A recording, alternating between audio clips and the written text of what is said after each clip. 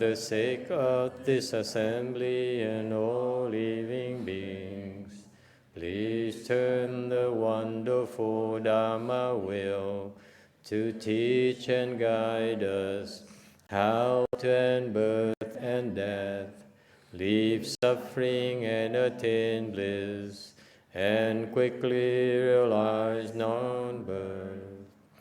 Cung thính đại đức tặng thịnh, vì thứ pháp hội cấp nhất thiết chúng sinh.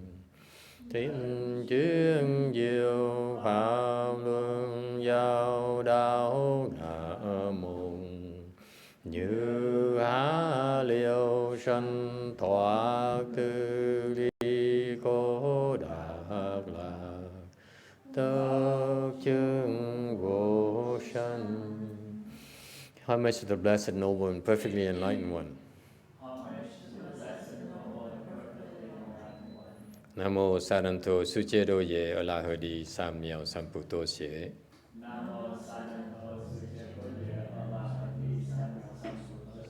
Nam mô Ta Rắc Tha Tô Ya Ta Ya A La Đế Tam Miao Tam Bồ Đà Toa.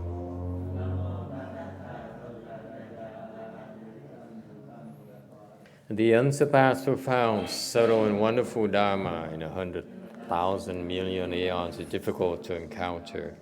Now that I'm able to see and hear, I will receive and maintain it. I vow to fathom the thus come one's true and actual principles.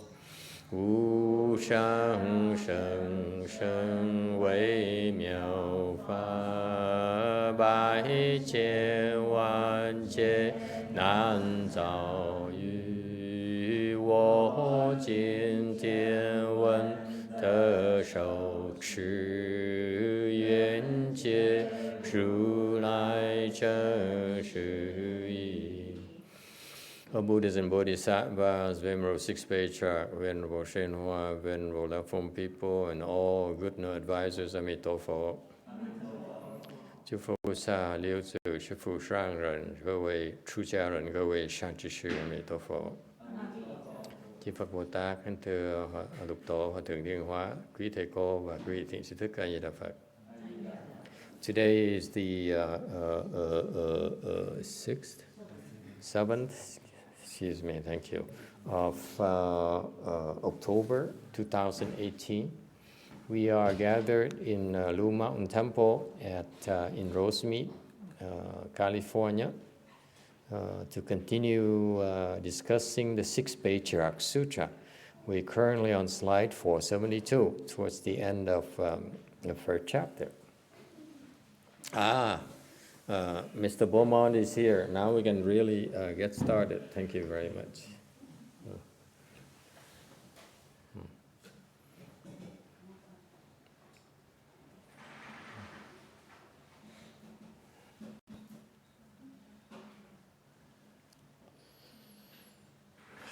Let's see the text here, where we are. 471.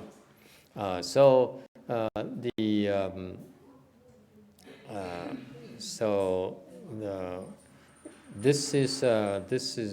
text says the teaching has been handed down by former sages. It is not HuiNeng's own wisdom. You who wish to hear the teaching of the former sages must purify your minds.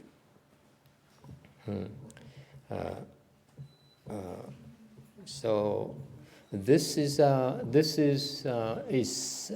description of the nature of the transmission of Mahayana Buddhism.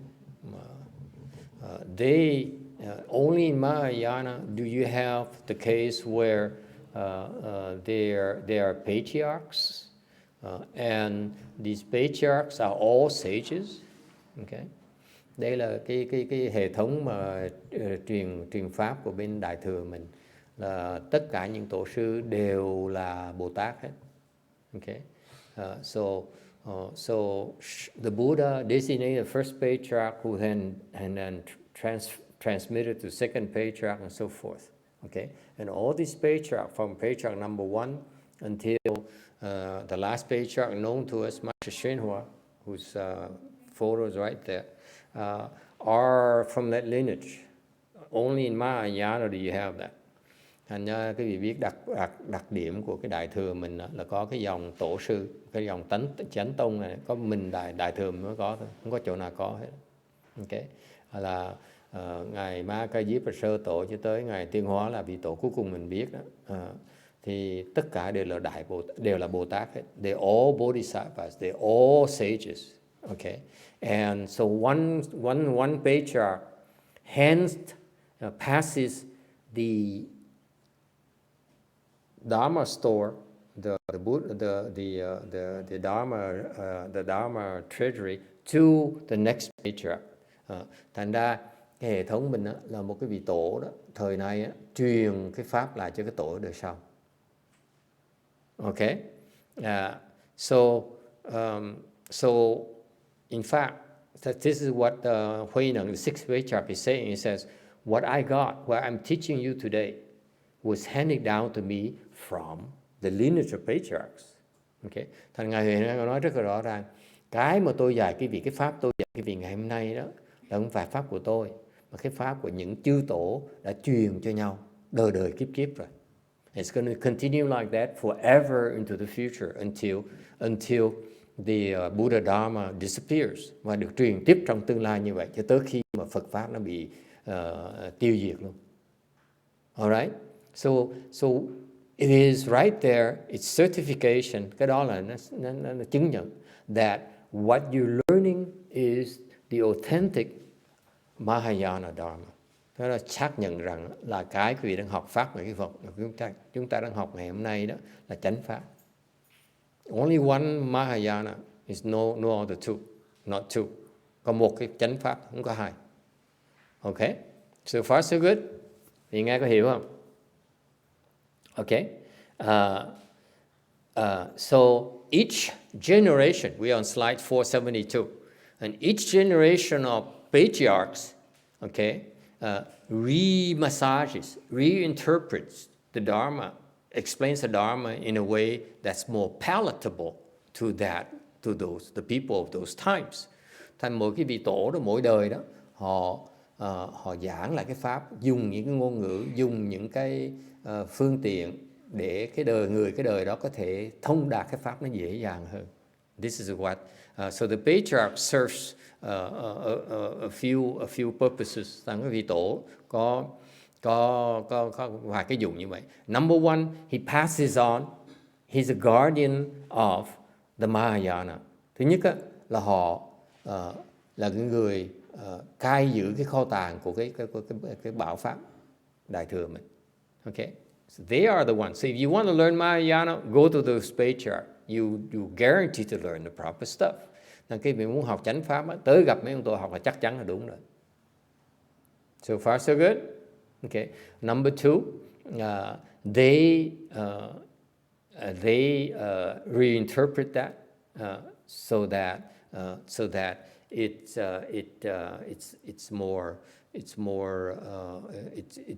more easily understood by you, by their own generation, their own disciples. Mà mỗi đời ông tổ đó họ dạy cái pháp theo cái nhu cầu của cái người đệ tử của họ. Cần giảng cái gì để người đệ tử ta hiểu được.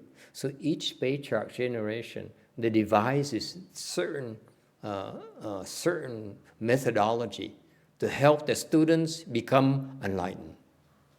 Thành mỗi cái đời ông tổ đó, cái đặc điểm thứ nhì đó, họ có những cái phương tiện, họ có những cái pháp đặc biệt để dạy cho đệ tử của họ được đắc giác ngộ dễ dàng hơn.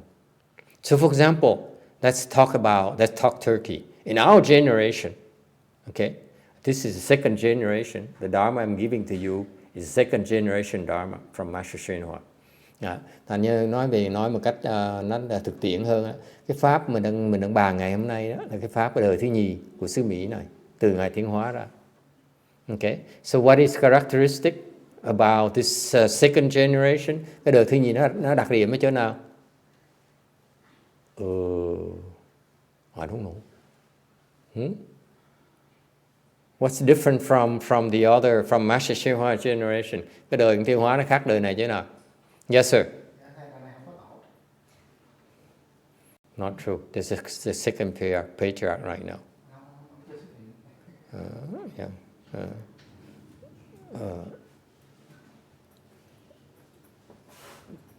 Có tổ rồi, không phải không có đâu. Để ông làm chuyện khác chứ không phải làm chuyện này. Okay. So what is characteristic? What's the second generation in American Mahayana? Đặc điểm thế nào?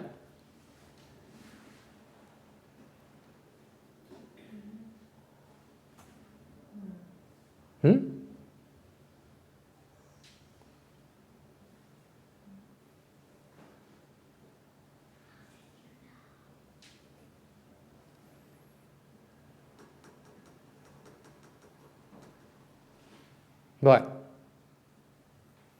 I'm thinking too, that's why I'm waiting for you. I make it up as I go along. It's not totally, prepared.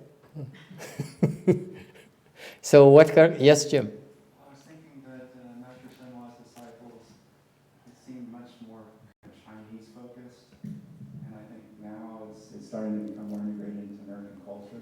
That's correct. Okay. He's Chinese. So the way he explained Mahayana is through Chinese lenses. Okay. The way he trained his people is very Chinese.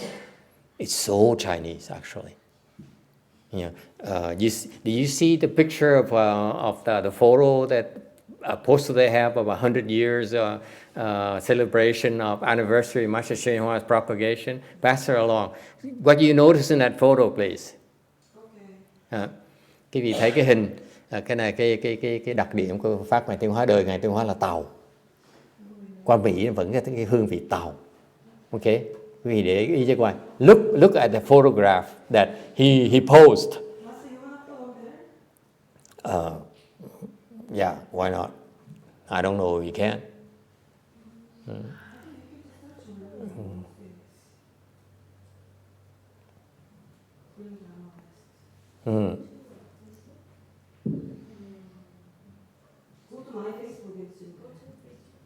Go to Facebook.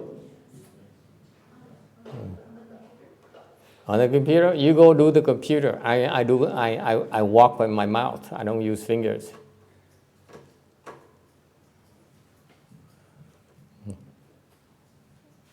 So Master Shenhua, being very Chinese, he speaks very little English, and being Chinese born, so the Dharma he brought to this country is basically Chinese. That's correct.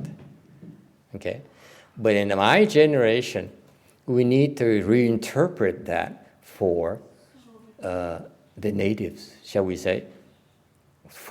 Usually in our temple we call foreigners. We call you foreigners. Never mind. I mean, at least at CTTB, at my master's temple, you say, look at that white person, look at that, these non-Chinese people, these foreigners.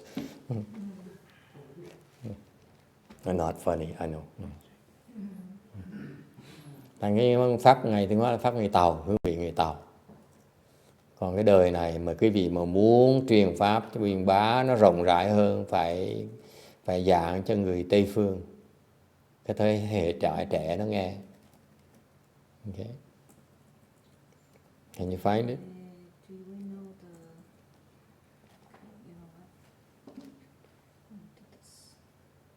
To hook up to the thing. share copy link to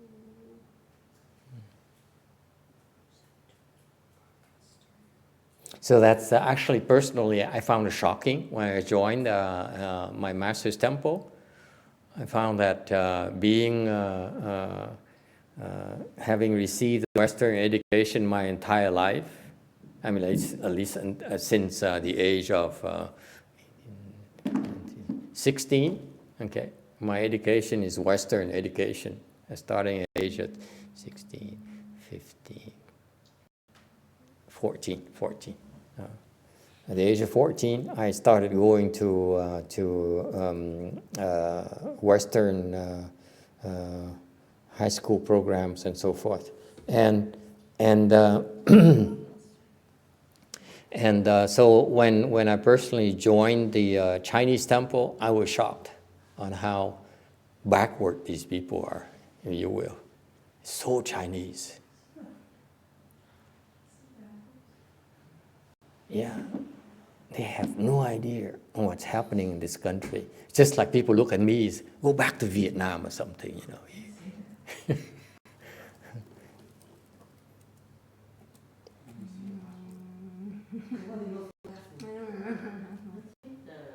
Does anyone? You see my reluctance is. We just need to send the link. Just need the link. I just need the link. Yeah, we can just send the picture. Just send the link. Go to the Instagram Chan meditation. Just send me. Send some. Instagram. But then this one doesn't check emails. Okay, you work it out. I work on my tea. No, because they can see what I'm doing. That's why they start chiming in. Instagram.com/Chan meditation. Okay. Just go to Instagram. Oh, sorry. What did you do? The library site is also easy to find. Let's see it. That's the first thing on. Just go to Instagram. It's okay. It's okay. .com/Chan meditation. I'll put it there. Oh, by the way, hey, you Buddha Hall maintenance. You know, I see some spider cobwebs in the statues. That's not acceptable. So this tab will go back to your lecture. Okay, so are we on? Can you see this photo here? This is they posed in 1973, I believe. 1973. Let me blow it up a little bit more for you. This is big as it gets. You can scroll up and down. Can't do a full screen, huh? Okay. If you squint a little bit, what do you see? What do you notice in this photo? Quý vị để ý cho quả nhìn cái hình này, cái khác. What do you see? One Chinese. And the rest are Caucasians. Isn't that impressive? Yes.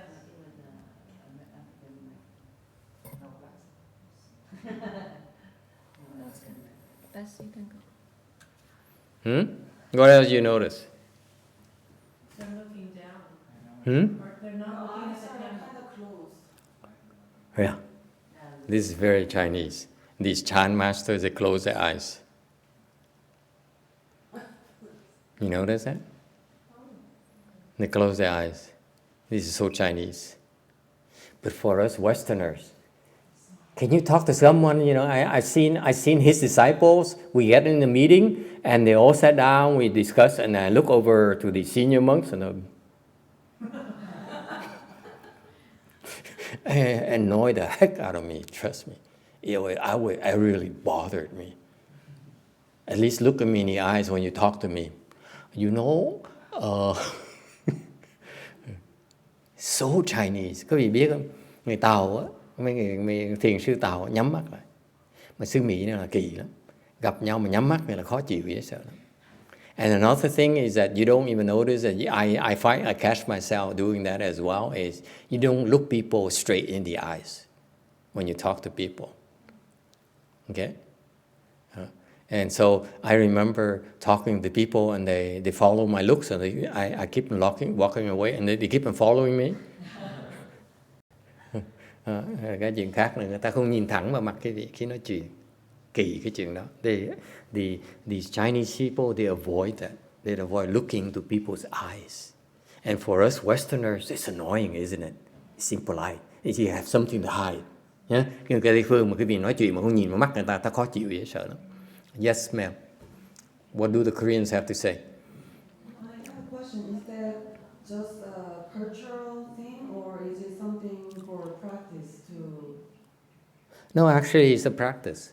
It's a Chan practice where when you meditate, you try to limit the outflows So you look at Venerable YongHua, when he first came here, this is in 1973, so he's inexperienced when you think about it. He's only started receiving disciples.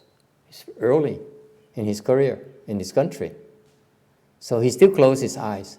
Later, when he posts the photos, his eyes are open.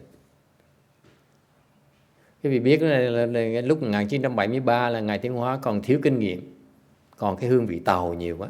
Sau này lúc mà già rồi, Ngài chụp hình mắt mở ra. Okay.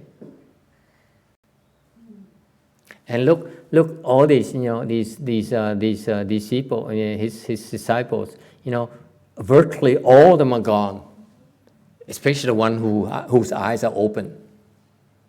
Mà quý vị để ý thấy những cái học trò trong hình này, những người nào mở mắt ra là đi hết rồi.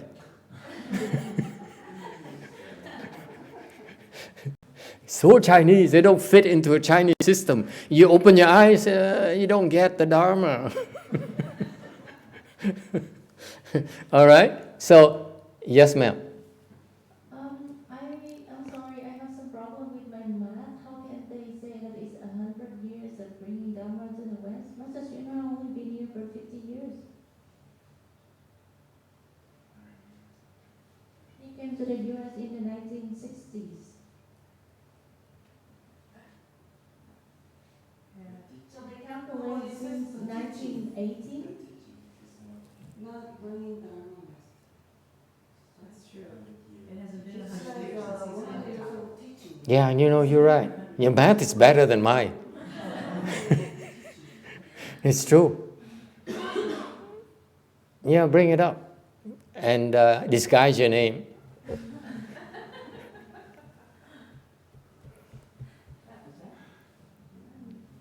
It's true. She's right. Why is 100 years? Maybe he started teaching 100 years. Maybe a Chinese calculator or something, Was he born 100 years ago? Maybe his birthday, 2018, 1918. But he didn't teach 100 years. He's only lived 73 years old. How can he teach 100 years? 73 plus after he passed away, how many years? Maybe. When was he born? Maybe 1918. Yeah. He was born in 1918. Okay. And so anyway, a good point, Sienren. I don't know. Someone disciple brought up the fact that how do you account for 100 years? I wasn't worried about 100 years. I wasn't worried about the number. I was more curious about what he does as a teacher back then in 73. And for him to be a Chinese monk who didn't speak much English, to have all Caucasian disciples as left home people, that is so impressive to me. Especially when he closed his eyes most of the time. Quý vị để ý không? Cái người này, ông Ngài Tiến Hóa không nói tiếng Anh, mà chuyên môn nhắm mắt lại, làm sao mà có biết bao nhiêu người da trắng nó theo được. Hay, ông giỏi dễ sợ. That's so remarkable to me. Yes, ma'am. Oh, so the official text says celebrating 100 years On the San Francisco Public Library website. So he was born in 1918 and arrived in San Francisco in the 60s and introduced Westerners to the rich Mahayana Buddhism tradition. So on the official San Francisco Public Library website, it didn't say celebrating 100 years of Chan Master YongHua's teaching. They didn't. It didn't. It So- just say celebrating 100 years Venerable Master YongHua. So his disciples who is no good in math. Is it fair to say? Because they're Caucasians. I also made another comment at lunch, but it's not a comment meant to be published on the internet. Okay, all right. So basically, he's Chinese. He brought the Chinese Dharma here, and up to his disciples to interpret that for the Westerners, for a broader audience. Anh thầy nói như vậy đó, mỗi đời phải giảng theo cái pháp mà nó thích hợp cho cái người học, người thiền viên, thiền sinh. Okay. Any problem? Any other questions, comments? Kim thắc mắc gì khác không? Yes, sir. Dạ thầy, ngày mai thầy viết bên đại thừa mình là Bồ Tát, nhưng mà bên tiểu thừa mình nhìn là A La Hán. Yeah. But so the question is, the first patriarch, Mahakashyapa, he is in the Hinayana tradition, he is a fourth stage arhat. But in Mahayana, we recognize him as a bodhisattva. Okay, so it's quite commonplace in Buddhism. Trong Phật giáo thì rất là thông thường. Mahakashyap là A La Hán, tiểu thừa, mà đại thừa mình coi ông là Bồ Tát. Tại sao như vậy? Tại người tiểu thừa chỉ thấy được tứ quả thôi, không thấy hơn được. It's because in Hinayana, Mahakashyapa only allowed them to see him as fourth stage arhat. Does it make sense? Yes. Just like you general and you put on, a captain's or a sergeant's stripes. So that's how people address you as sergeant. Well, actually, you're a general. Okay? So he allows them to see only his stripes. That's what happened. Thành thiệt ra là cái nó rất thông thường lắm. Cái người mà Bồ Tát đó, ta có quyền chọn quý vị thấy được cái gì. Cũng giống như là một cái ông tướng đó mang cái lon thượng sĩ để cái người lính chỉ thấy được thượng sĩ, không thấy được cái lon tướng. Chừng đó thôi. That's all there is to it. Okay. Yes, sir. Don't you think that some of the patriarchs are actually Buddhas who are manifesting Bodhisattvas? Absolutely. Some of the patriarchs are actually Buddhas. They're not simply bodhisattvas. Okay. Có nhiều ông tổ thiệt là Phật. I don't know about that direct lineage because no one ever commented about that. Một số tổ thiệt ra là Phật. Không biết cái dòng chánh pháp thì không biết sao. But in Pure Land Buddhism, in Pure Land, the Pure Land patriarchs, ngược lại bên cái tịnh độ mình đó, maybe there's a reason. Maybe you can come up with a reason when you think about it. In the Pure Land patriarch system, so you have a main patriarch system here, where he's from, okay, and thành có cái dòng chánh pháp này, and then you have all the lineages, patriarchs in specialties like Chan, like Pure Land. Đã không chánh pháp, không có cái dòng cái tổ chánh pháp, còn có cái dòng đại thừa, có cái dòng của thiền, cái dòng của tịnh độ. In Pure Land patriarch lineage, okay, there are a couple of Buddhas that are known. They're actually Buddhas. YongHua and YongMing are actually Buddhas. Okay, namely, YongHua is a great strength bodhisattva, which is actually a Buddha. Thành cái dòng tịnh độ tông của mình là có Ấn Quang, YongHua. Okay, he's a great strength bodhisattva, là ngài Đại Thế Chí Bồ Tát. Okay, Đại Thế Chí Bồ Tát là Phật. Okay, and then there is YongMing Vĩnh Minh Thọ. Okay, whose Amitabha transformation body is well known. Vĩnh Minh Thọ là thiệt ra là hóa thân của ngài A Di Đà Phật. Yeah. Okay, and it shows because YongMing left behind 3 volumes of his teachings. This thick. That's it. In Chinese. Never been translated into English, for example. Rồi ngài Vĩnh Minh Thọ là A Di Đà Phật hóa thân, ngài dạy cái pháp, người ta ghi chép lại còn có 3 cuốn sách thôi. Okay, cỡ dài chừng này nữa, mà tiếng Tàu thôi. And it's extremely profound. Thầy đọc không nổi. I read half page and I couldn't take it. Đọc có nửa trang thầy nhức đầu. A headache. This is too much. Every single sentence, every single phrase in there in Chinese It's just way, I mean, it has so many layers. Because when you see those layers, oh my God. Tại vì cái lúc mà đọc mấy cái pháp ngài Vĩnh Minh Thọ đó, là mỗi cái câu thôi, mỗi cái hàng đó, chứng tàu đó, nó có nhiều cái lớp dễ sợ lắm. You can go as deep as you want. That's why you say, am I going deep enough? Thành đọc cái đó mà thấy mình có đi sâu đủ chưa? Because of that, you process. You start processing. You realize that the depth is incredible. Has layer for him, has layer for him, has everybody. Has so many layers for everyone. Mỗi cái trình độ nó khác nhau, có nhiều cái lớp, nó có từng người nó có ý nghĩa nó khác nhau. Nó dễ sợ như vậy đó.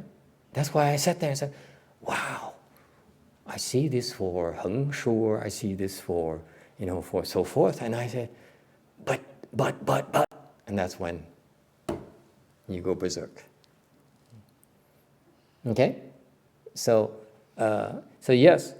So now the question that begs to be asked is, why is that some Buddhas appear on that side and not on the other side? Okay. Cái câu hỏi như thế, tại sao Phật hiện ra chỗ này mà không hiện ra chỗ khác? Tại sao Đức Phật lại hiện ra bên Tịnh độ nhiều hơn là bên Thiền? Why is it Pure Land Patriarchs have more Buddhas and apparently in the Chan Patriarchs? Why is that? Tại sao Phật bên Tịnh độ nhiều hơn là bên Thiền? Maybe the Chinese know.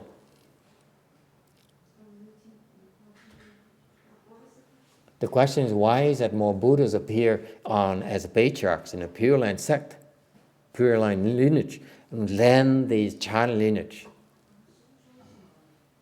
Why is that? Có biết tại sao? Yes, sir. Phật có nghĩ tại vì cái mục đích của cái pháp, ví dụ cái pháp Tịnh độ là để vãng sanh, thì cái Phật cái thân xuất hiện thì nó có giá trị, còn pháp thiền thì mục đích của thiền không phải vãng sanh, thì tổ không còn thể hiện là một vị Phật. So the purpose is different. The one is rebirth, one is enlightenment. So the rebirth needs some more Buddhas. Yes, ma'am. Anyone? Yes. What's your idea? What's your thinking?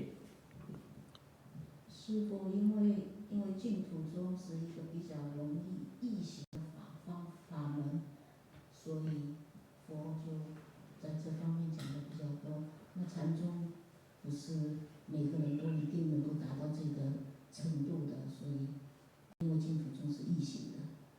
易行的是什么意思？每个人都哦，易行的。容易学，容易做，容易去修行的法门。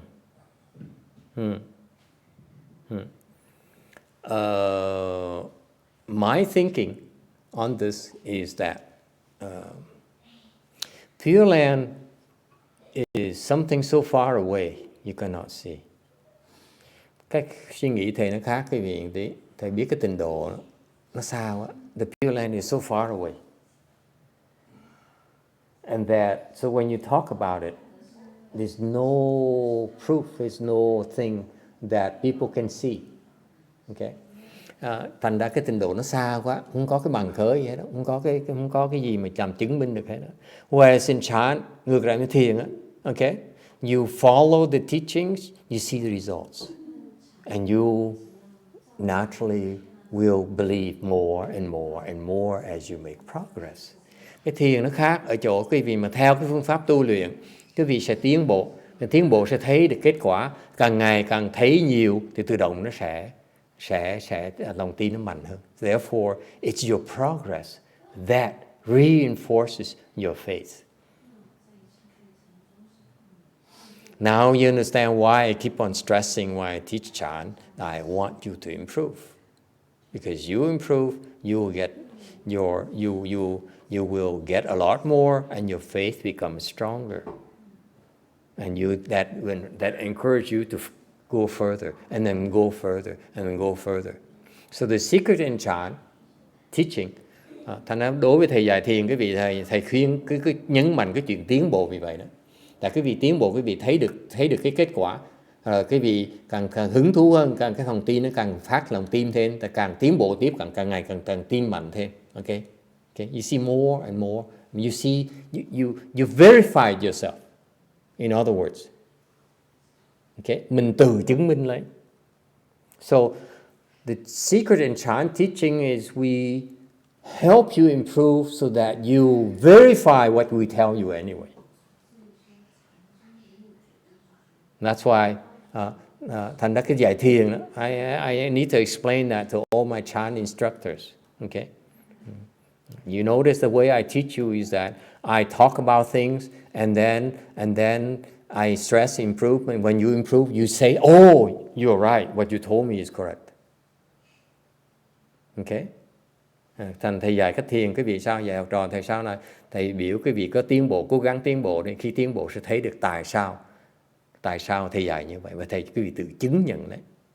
You certify, you verify yourself, and therefore faith comes naturally with improvement. Thành ra khi quý vị tiến bộ, tự động quý vị phát lòng tin, and will help you go even further. So it feeds on itself. Thành ra cái nhờ cái sự tiến bộ đó, cái tự động quý vị sẽ tiếp tục được. Okay? So the secret in teaching Chan is that we need to help you improve, and then teach you enough so that you verify that what we tell you is factual, is not a figment of our imagination. Anh dạy thiền khác ở chỗ đó đó. Là mình dạy người ta để người ta tiến bộ, phải có phương pháp để người ta tiến bộ. Mà khi tiến bộ có thấy được là cái mình dạy nó đúng, chứ không phải mình gạt người ta. So far so good. You need facts. This is the modern time. Cái thời buổi văn minh này, you cannot be like the Chinese where they say, cross your legs and if you move, I beat you up. Here in the West, we need to say, you make me do these things. Why? That's the first thing that comes to mind. Why? Okay? Cái người Tàu nói cái ra lệnh cái vị làm thôi. Đại Hàn mà, especially Koreans, they tell you to do something, you don't do it. Right? Kick him. Taekwondo. No, it's a Korean culture. I saw in the Korean movies. Not true? Well, Yeah, maybe. you're not Korean anymore. Okay? But so whereas in the West, people demand a reason. They demand to understand before they do it. Cái xứ Mỹ này là khác, là người ta muốn có cái lý do, ta muốn có cái hiểu trước khi ta mới làm. Because I keep on hearing that. I'm not going to do it until you explain to me why. Đó, cái thầy dạy biết mười mấy năm trời này, thầy nghe chuyện nó quá thường xuyên. Tôi không thể làm đâu, thầy phải giảng tôi biết tại sao tôi phải làm cái này tôi mới làm. Okay, so in Chan, actually, Chan is very logical. The way we explain Chan to our students is very logical. That's why you guys are getting better. That's why they progress a lot quicker, because your instruction is much more accurate, much help them improve a lot quicker. Nên bây giờ học trò thầy nó dạy thiền, học trò họ tiến bộ lẹ chứ sợ, tại vì họ dạy đúng, họ dạy khéo, thành họ thấy được lẹ hơn nhiều. Alright, but Pure Land, there's no way for you to see what happens in the Pure Land because it's so far away. Ngược lại bên Tịnh Độ nó xa quá, quý vị cách nào quý vị thấy nổi. Even people like Master Hsuan disciples, they can't see what it is. Ngay đệ tử Ngài Tiến Hóa đó, very high level. What is that photo again? Some not bad. They can't see the Pure Land. Ngược lại bên Tịnh Độ, ngay đệ tử Ngài Tiến Hóa trình độ cao đi nữa cũng không biết được chuyện sao bên Tịnh Độ. Okay? That's how difficult it is. Họ tu, they've been with Master Hsuan like 30, 40 years. Tới tu là 30-40 năm trời, luyện công 30-40 năm trời vẫn chưa thấy nổi. Still can't see. So that is why the Buddhas have to go to the Pure Land sect. Thành ra bên Tịnh Độ Tông đó, còn nghe không? Phải gặp Phật, toàn thứ giữ tới đó không. My gut feeling is, my level is low, so I cannot guarantee, I cannot verify it for you. My gut feeling is that on the Pure Land Patriarchy side, there are a lot of high-level bodhisattvas there. Very high levels. Cái bên Tịnh Độ Tông, trình độ họ cao lắm. Tại sao vậy? Why is that? Why? Because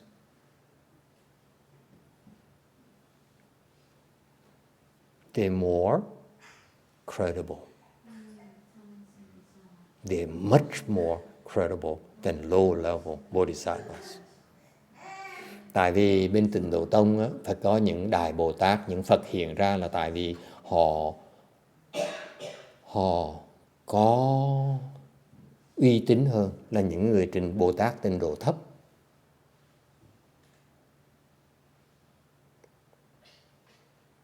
Does it make sense? You agree or disagree? Case in point. Ví dụ, I don't want to mention the nationality. Okay? Thầy không nói về cái chủng tộc. But I know of a second ground bodhisattva. Thầy biết một cái vị Bồ Tát mà nhị địa, who teaches Pure Land Buddhism. He teaches reciting Buddha's name, dạy niệm Phật. Seeking rebirth, so he's a Pure Land person, dạy niệm Phật. He doesn't say don't practice chant, đừng có thiền. Just recite the Buddha's name, that's why he's doing, that's what he does. Chỉ nói là quý vị đừng có thiền, niệm Phật đi. Okay? So he teaches students to recite the Buddha's name only. Chỉ dạy là niệm Phật thôi. And guess what?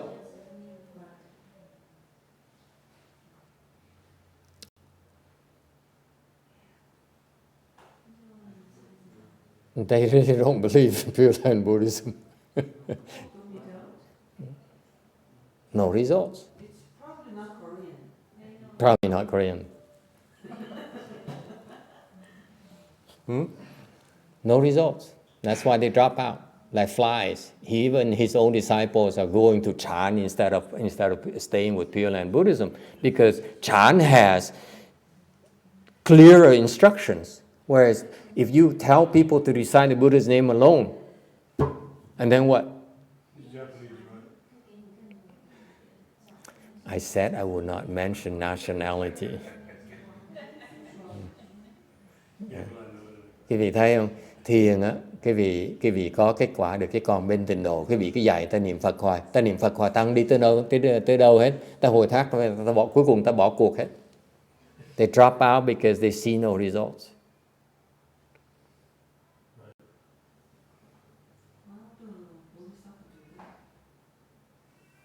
Because he doesn't know how to train people how to recite the Buddha's name. That's why. Tại vì ông Bồ Tát nó cũng biết dạy ta niệm Phật, phương pháp luyện niệm Phật. Yes, ma'am. Well, Master Chan is structured in such a way that you have ways of seeing that you're improving, but the way Pure Land is structured, you really can't see your improvement? Why not? Why not?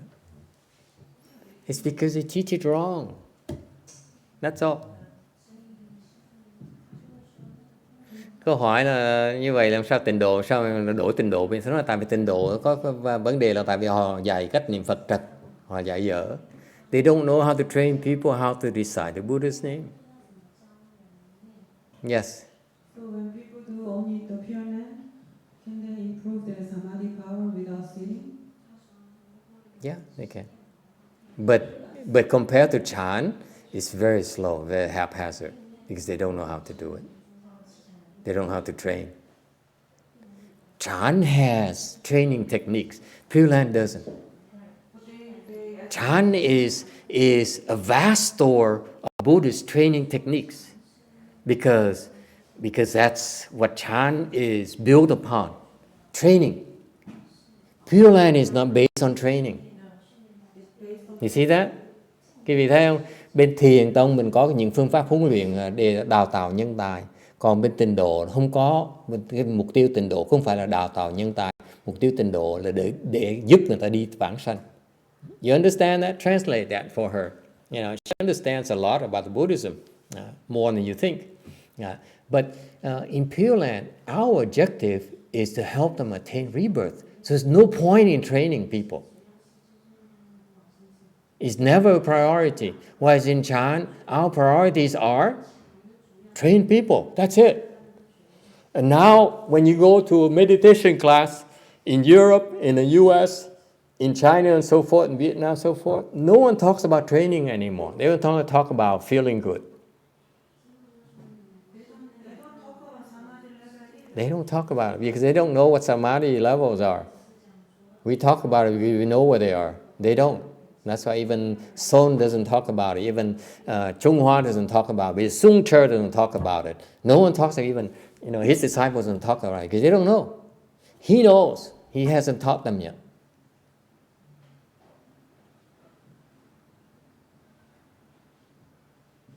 Thanh biết trình độ, đâu có ai nói về trình độ đâu, không nói về định lực đâu. Thiền tông cũng vậy, đâu có ai nói đâu. Các vị nghĩ chứ coi, người Nhật không nói này. You look at the Japanese, they don't have it. Right? I challenge you to read all the Japanese monks and nuns, and I doubt you can ever find someone who's like him who says, you are at this level, you are at that level. Only he can do that. Okay? Same thing in Korea. Same thing in Vietnam. Same thing in Sri Lanka. Same thing in Myanmar. Everywhere. Same thing. Cái vị biết không, con ngài Tinh Hóa mới nhìn cái vị biết ngài cái vị ở trình độ nào, chứ còn những cái người thiền sư người Nhật này, người Đà Hàn này, người Việt Nam này, người Miến Điện đâu có thấy nổi đâu. Ngay ngài Tinh Hóa chưa dạy học trò ngài để thấy được cái trình độ đó luôn. Cái pháp nó khác. Okay.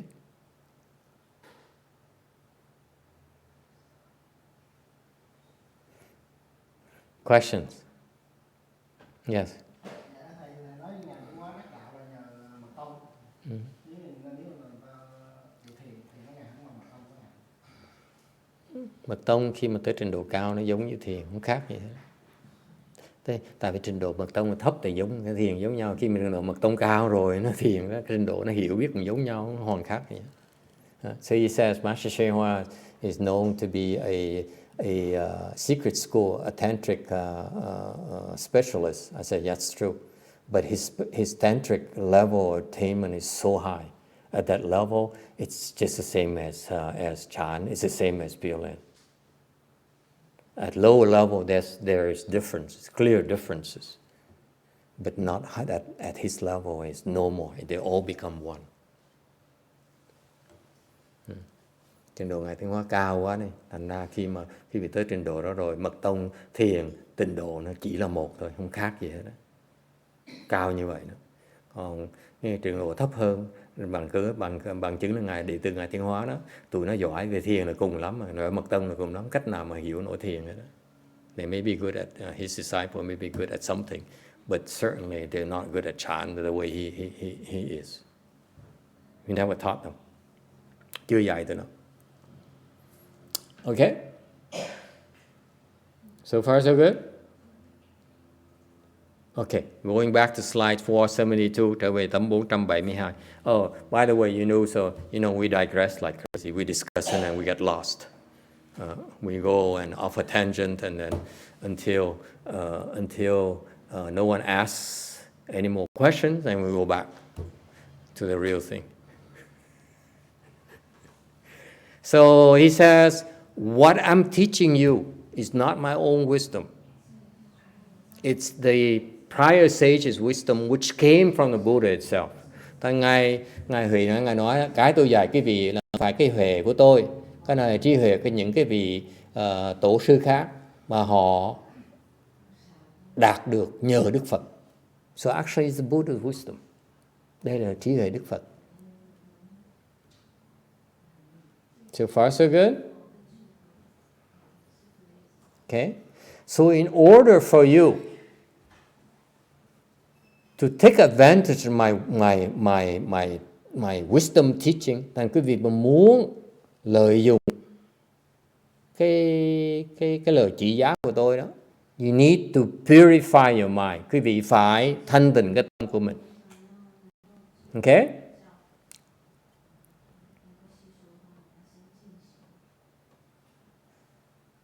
Okay? So why? What is purifying your mind? Thanh tịnh cái tâm nghĩa là sao? To purify your mind means that stop thinking. Thanh tịnh cái tâm. Yeah, I wonder about that, Vicky, for a long time. I read this sutra like 20 years ago. I said, purify your mind? How do you purify your mind? Will someone please tell me how to purify your mind, please? 20 năm trước thầy đọc cái kinh này, thầy tới cái phần mà thanh tịnh tâm này, cô Thân Hương biết không?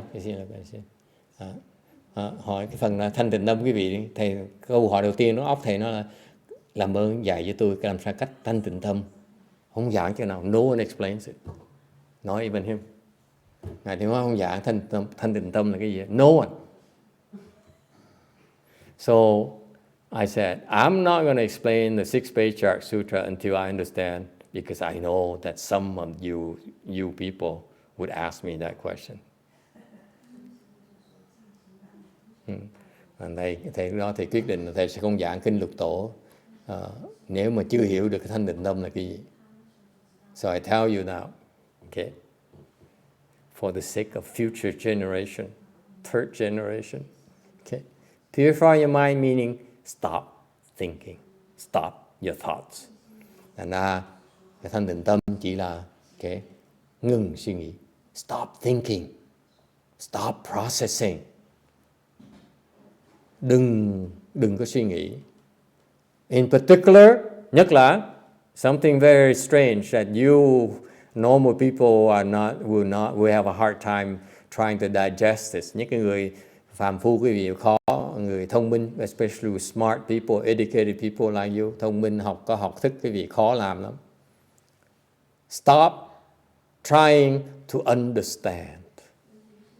Đừng có đòi hiểu.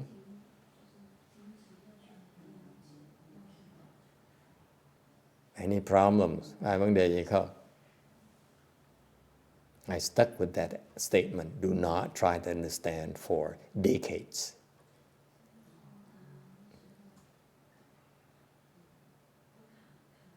Đừng có đòi hiểu. Nghe chơi vậy thôi. Nó được rồi.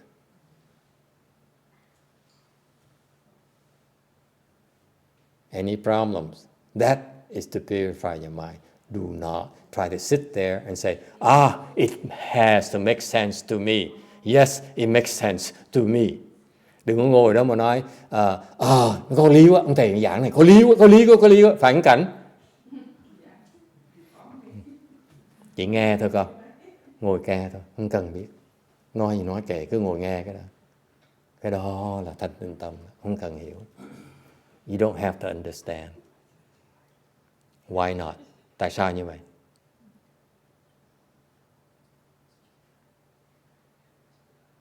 It's your thinking, your mental processing that stops you from understanding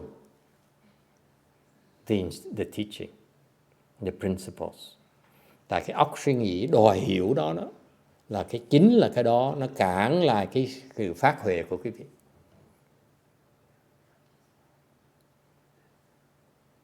Questions? Ai thắc mắc gì không? Yes, ma'am. Doesn't understanding though help purify your mind? No. No. Absolutely not. Absolutely not. That's right. That's right. That's the difference. What's the difference between you say, oh, that makes sense to me. Oh my God, why didn't I think of it before, right? Happens? Text? Happen often, right? It makes sense to you. That's why you keep on coming. If it didn't make sense, you wouldn't be coming anymore. Yes? Be wasting your time. It gets real personal with this guy. I don't know about that. I might come even to make those.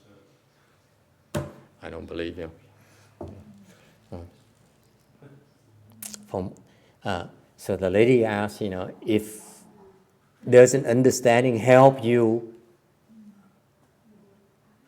comprehend better or penetrate it better? It actually has the exact opposite effect. Câu hỏi là nếu như cái vị hiểu không phải là thông đạt nó sâu hơn, tôi nói hoàn toàn nó ngược lại. Cái vị hiểu, cái vị đòi hiểu là cái vị không thể nào hiểu sâu được, mất cái chiều sâu ngay lập tức.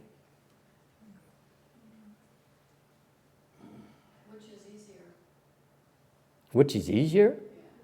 It's easier to understand. Because you're used to it. You cannot stop. So when we teach you to stop trying so hard. So to purify your mind is very, very Stop trying so hard. Don't try so hard to understand. That's all there is to it. It's that simple.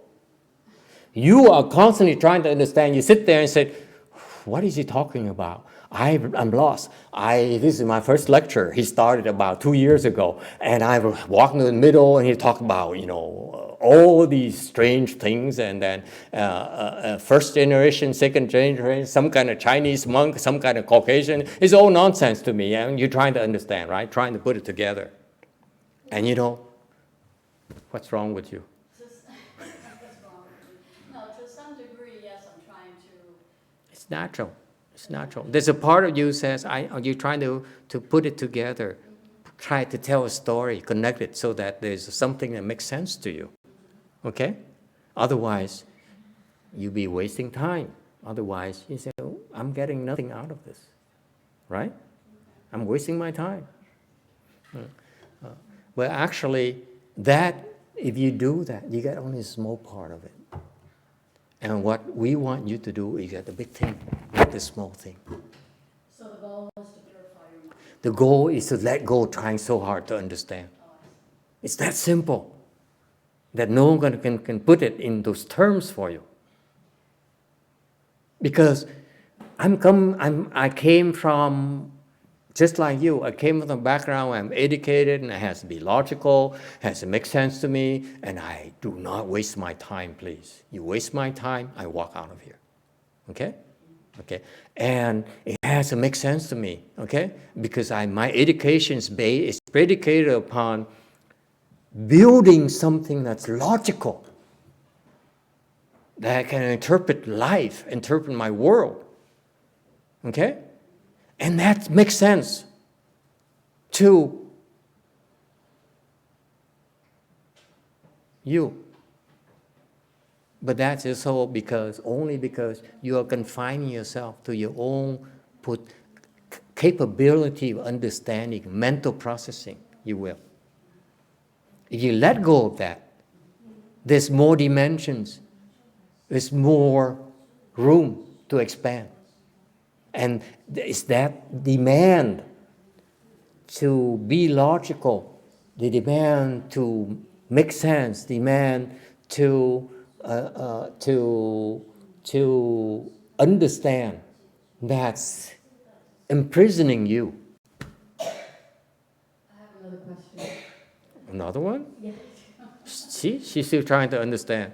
No, I'm not trying to understand, but I was just thinking that if you want to purify your mind, are there avenues to help you pursue that? Like different mantras, reciting different mantras of the Buddha's name? Of course, there are many, many ways. Okay. Many ways to purify your mind. But right now is one of the fastest. This is one of the fastest way to purify your mind. To listen to a lecture and it helps you purify your mind, believe it or not. Much faster than meditating, much faster than reciting mantras. Much, much faster. All you need to do is stop trying so hard. Let go. Just listen, listen. As a thought arises, drop it. Thought arises, what? Drop it. I don't get it. Drop it. It's natural. What did he say? Drop it. That's how powerful it is. It's much faster than the mantras. You understand that text? You're always trying to understand. drop it. Just listen. And let me explain to you, since these questions are very good, okay? Let me explain to you why. There's a mechanism behind it.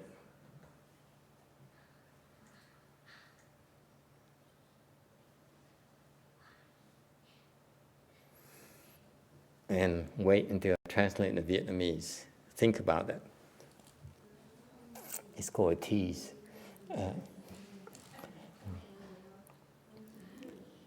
Cái lý do tại sao thầy dạy cái vị hoài là đừng có suy nghĩ, đừng có đòi hiểu.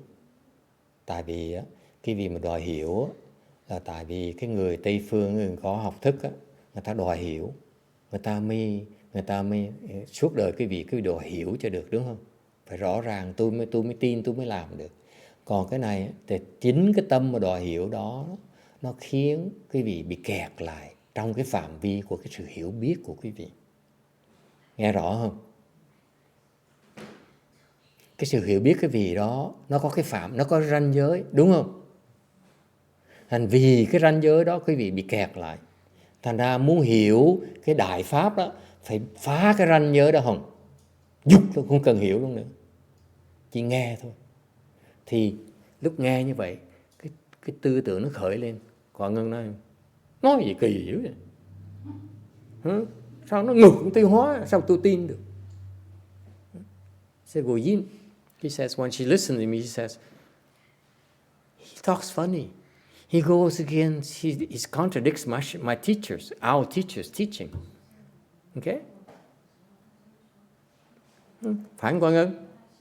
Or for Yin, she said, yeah, my Master Shua talks like that too. Cô con Ngân là thông thường hơn. Cô con Ngân còn ngồi đây tại cô Ngân nói là ông này giảng đúng là tiếng hóa giảng, tôi thích lắm. I like it because he explains the way that he explains it. Okay, that's why she's here. Nên cô còn ngồi được ngày hôm nay vì vậy đó. Lâu lâu á, only now, every now and then can I do it to her. Lâu thỉnh thoảng nó mới chọc cô được thôi. Cho nếu mà giảng từ đầu chứ không đi ngược lại lời giảng ngày tiếng hóa thì chắc chắn cô bỏ đi rồi. Phải không? Nói là ông thầy này giảng tà pháp. Because I tell her, I explain to her, if I can only afford to contradict Master Shoa's teaching every now and then for her.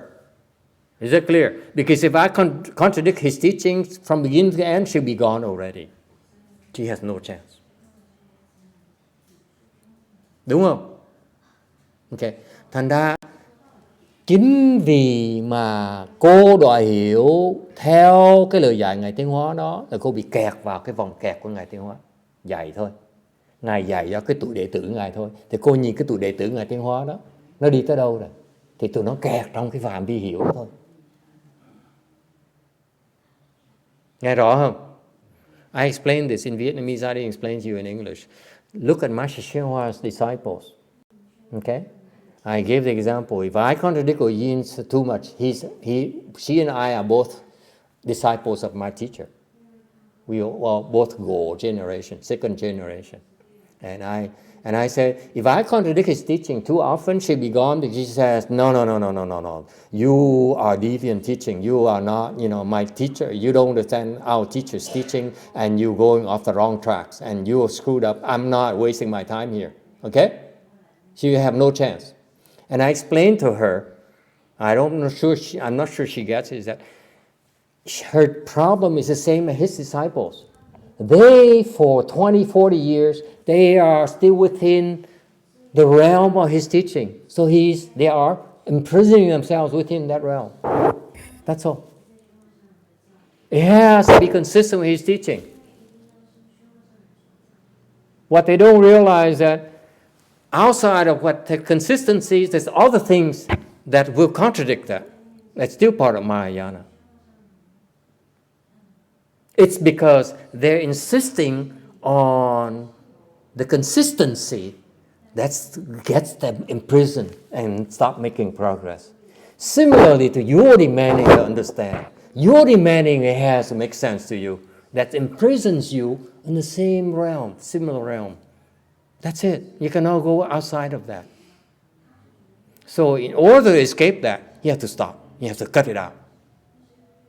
Okay? Sometimes you get it, sometimes you don't. But you don't worry about it. Thành ra, Muốn thoát cái sự kẹt đó, là phải bỏ cái đòi hiểu đi, phải bỏ cái đòi phải đúng như Ngài Tiến Hóa giảng đi. Cái tụi đệ tử này nó kẹt ở chỗ đó, nó mấy chục năm trời nó ôm cái đó thôi, nó không dám bỏ ra ngoài. For 40, 50 years I know them, they hook on to that. They don't dare go outside of that. That's why I say that they are riding off the coattail. Okay? Big success right there. But it's nothing new to Mahayana. It's his Mahayana, not their Mahayana. It's Chinese. Thành ra mấy chục năm rồi, cái tụi đó chỉ ôm vào cái pháp tàu thôi. Cái thằng mấy đứa da trắng, mấy đứa trẻ nó theo không được, nó không thèm theo. Theo xong nó bỏ. Tại sao vậy? Không hiểu tụi nó, không thích hợp với tụi nó. Không có gì mới hết. Không có gì áp dụng cho cuộc đời tụi trẻ. So far so good. Phải nghe hiểu chưa? Ta nó phải bỏ, chỉ ngồi nghe chơi thôi. Cứ ngồi tà đà chơi, ngồi nghe vậy thôi. Ok?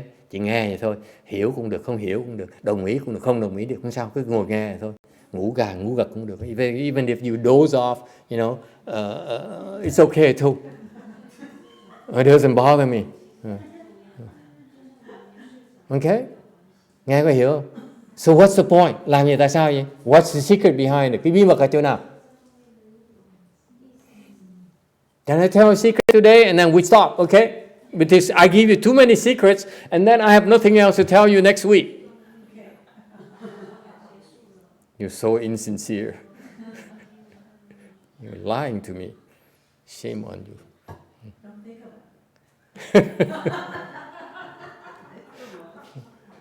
it. Thầy giảng cái này thêm cái bí mật này thôi, giảng xong là ngừng lại chứ không giảng tiếp nữa, tại giảng nhiều bí mật quá không được. Tuần sau hết bài giảng, hết chuyện để mà giảng.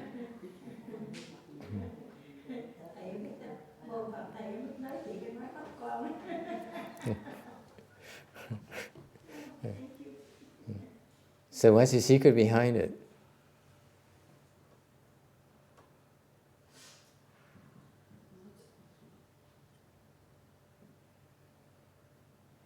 I will tell you half of it. The other half you have to pay. Cho cái vị bằng nửa miễn phí thôi. Cái nửa kia phải trả tiền. Yes, ma'am. I need to monetize it. You know, this is the times of the internet. Thời buổi này là cho miễn phí nửa thôi, nửa kia mình lấy tiền sao? Yeah, yes, ma'am. In order to purify your mind by listening to Dharma, the speaker has to be already purified. Absolutely. The one has to have a Samadhi power and the one has to be in Samadhi. That's the free half. Oh, the free half. Yeah, the free half. There's another half that's... The other half I'm not saying yet. Yeah, it's the paid session. You have to be a member. And that's exactly it. When you stop thinking or you stop demanding to understand, you stop trying to understand. Những cái vị ngừng suy nghĩ, đừng có đòi hiểu con. Không, đừng có đòi hiểu, kệ chỉ nghe thôi. Không cần đồng ý nữa. Nó ngược, cái hiểu biết mình cũng không thèm. Even if it goes against your understanding, if I contradict myself last week, I said, here he goes again. Okay? When you're able to do that, that means the only way for you to do that is you enter Samadhi. Without having to recite a mantra, without having to meditate, without having to recite the Buddha's name. Just don't do anything. Enter Samadhi. That's how quick it is. You recite mantras. How long will it be before you enter Samadhi? Long time. You listen to Dharma like this, it's much easier for you to enter Samadhi. Yes or no? Text? You don't know. Yes. So, for example, one of the fourth days speaks to us, and then all the contents are completely the opposite from you. Right. And then if we don't get offended, Don't believe him. Don't believe him. Just Simple. forget it next time. No, just say no. And then we just don't think about it, just listen to him, and Yeah, if it enters the mind, it's okay. just like a dog barking. Oh. It still purifies our mind if he's good meditator. If you listen to that, okay, and you realize if he contradicts me, okay, then he's out. That's all you have to do. He's out? Yeah. You do not want to put garbage in your mind. What's out? Still? Okay. It's garbage.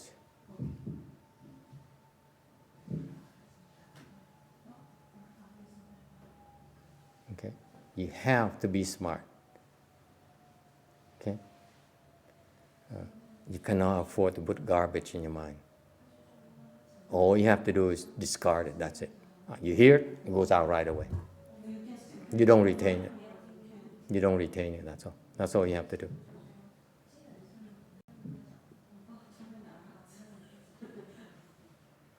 Why is that? Because you want to go the furthest. The instruction that will bring you the furthest is the one you want to retain. The one that goes halfway or whatever, you say, I'm no interest. That's how you save time.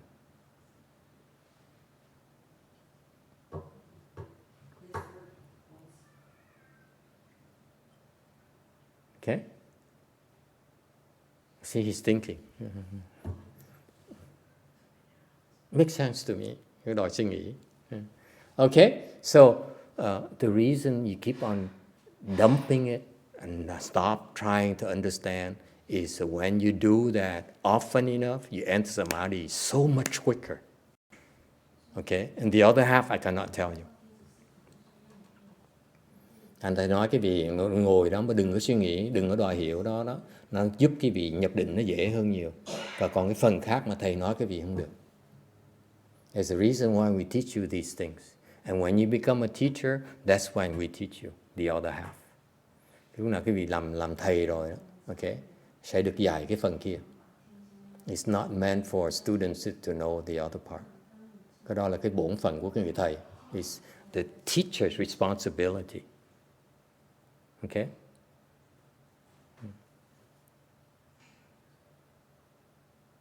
Questions?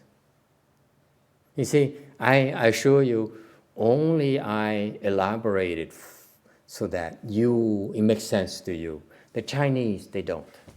They simply say, purify your mind. That's Chinese right here. Quý vị thấy không? Cái đời thầy phải giảng cặn kẽ cho quý vị nghe. Nhưng cô Ti mà khi nói mà nghe người cái câu ấy, tiếng văn, cái tiếng Anh là nói là chỉ thanh tịnh tâm mình là chết rồi. Thầy ngồi thì, see, that's what happened to me 20 years ago. I said, say what? Purify my mind? Will someone please tell me how to purify my mind, please? Huh?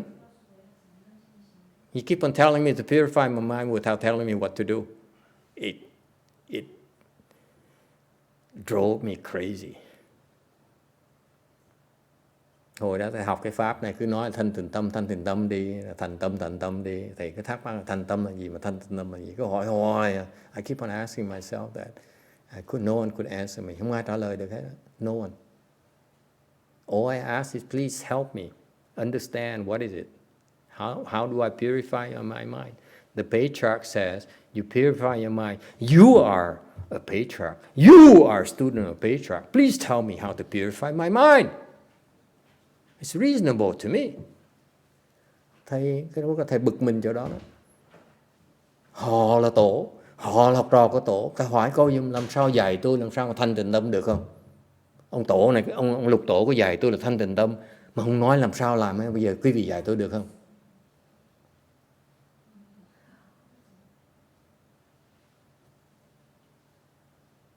That's why I have to explain to you. To make it easier for you, to help you have a better chance to do it.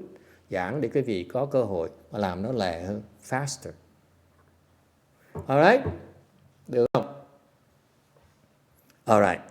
And so, So the Chinese, when they explain the purify your mind here, I alluded to that last weekend, is that too slow. Cái phần tàu này mà quý vị đọc cái này, ta giảng cái lý thuyết thôi, họ không giảng cái pháp, thành nó chậm. Okay. 473, continuing, almost hơn tiếng rưỡi rồi,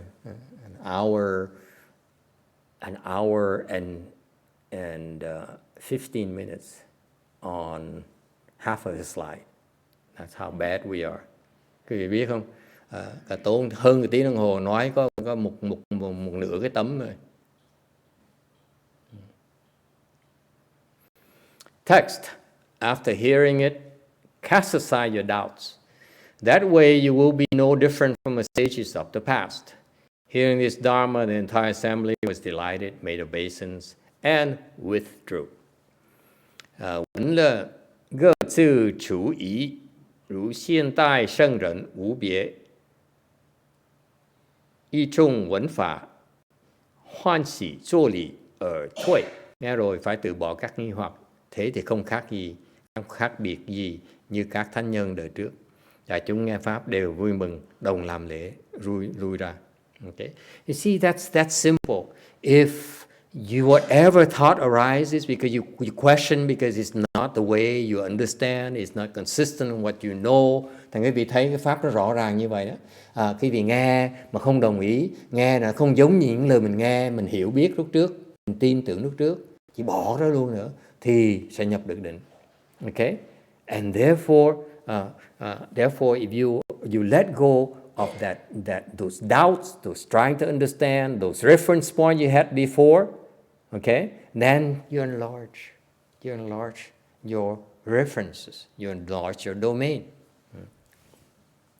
and that way you will be no different from the sages of the past. I don't know where Vietnamese translation is faulty. I don't know. I forgot.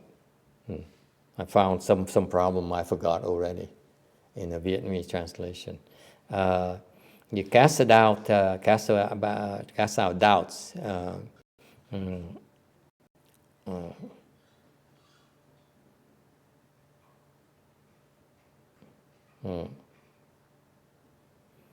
Now the question I have is that how can you be just a sage from the past? Just because you cast out doubts. Làm sao mà mình cái vị mà bỏ cái nghi vấn, cái vị là cái trình độ trí huệ, cái vị giác giống như những cái vị thánh nhân đời trước. If you cast out all doubts, your wisdom is the same as the sages of the past. Really? You believe that? Cái vị tin như được không?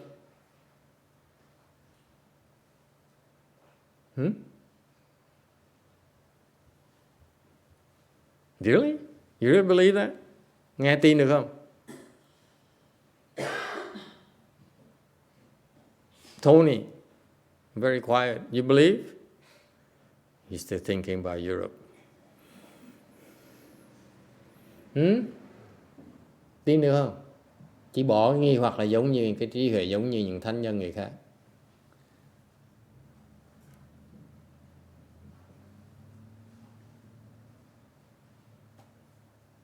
See, this is why the 6th Patriarch's teaching is so difficult. Quý vị nghe, vậy quý vị thấy cái phần này, Ngài Lục Tổ, Ngài giảng kinh nó khó hiểu, dễ sợ. Làm sao mình bỏ nghi, mình thành những thánh nhân được? How can you simply remove your doubts and you have the same wisdom as the sages of the past? Really? You agree with that? Quý vị đồng ý không đồng ý? The Chinese people, you agree? Just remove the doubts. Okay? And you'll be as wise as the sages that we have. He says, just you listen to this and you cast aside the doubts and your wisdom is the same as the sages. How is it possible? Yes? Because the sage in the past did the same thing. They cast it out. That's correct. That's correct. Similar in that No, no. In order to become a sage, you need to cast out your doubts.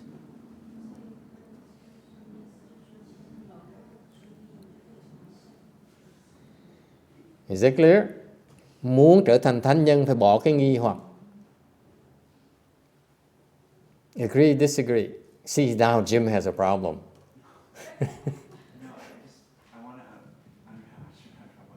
Yeah, of course you have a trouble. Yeah. No, I mean, if you cast away your doubts, it means that you will always progress. You won't quit. Excellent. Excellent. It's the doubts that bog you down.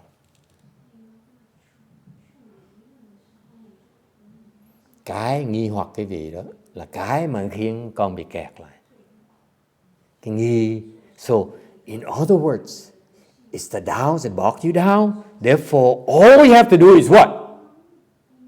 Drop those doubts. That's it. It's that simple. If you understand that, you don't need to recite the mantras at all. Because the mantras are designed to destroy those doubts.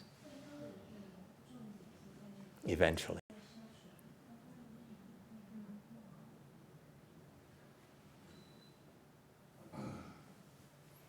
Nên quý vị thấy không? Tất cả thánh nhân đời xưa ta trở thành thánh nhân tại ta phải bỏ những cái nghi hoặc đó. Có nghĩa là sao? Bỏ rất nhiều cái loại nghi hoặc khác nhau. Mỗi trình độ nó có nghi học nó khác nhau. Each level of samadhi you are and where you are right now have your own sets of doubts. You need to remove them to remove the next, then the next, and the next, then the next. And that's how you become a sage. Mỗi trình độ nó có nghi hoặc của nó. Okay? Thành ra hãy bỏ những nghi hoặc đó mới tới trình độ, tiến bộ tới trình độ tiếp. Rồi bỏ nghi hoặc trình độ tiếp mới tới trình độ tiếp nữa. Nó từ từ như vậy sẽ trở thành thánh nhân. Tất cả thánh nhân đều phải giải quyết những nghi hoặc của mình cảnh. Rồi họ mới tiến bộ được. So all sages before us had to do that.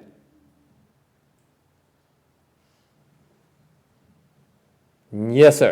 So what you're talking about is the process of developing faith, isn't it? And wisdom. It comes hand in hand. Faith and wisdom is just one. Nghe nói rất khác là mình có cái lòng tin. Thầy nói ông này có phải lòng tin, nó đúng là phát lòng tin. Thì là cái việc phát triển lòng tin đó, cái lòng tin đó thiệt sự là cái trí huệ. Why is it called wisdom? Why is faith called wisdom? You have faith in the right thing. That's why it's wise. Does it make sense? Cut it out! It don't have to make sense to you. I don't care.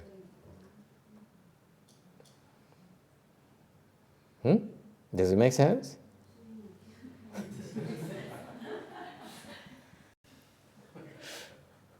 Yeah, you do have a sense of humor after all. Yeah.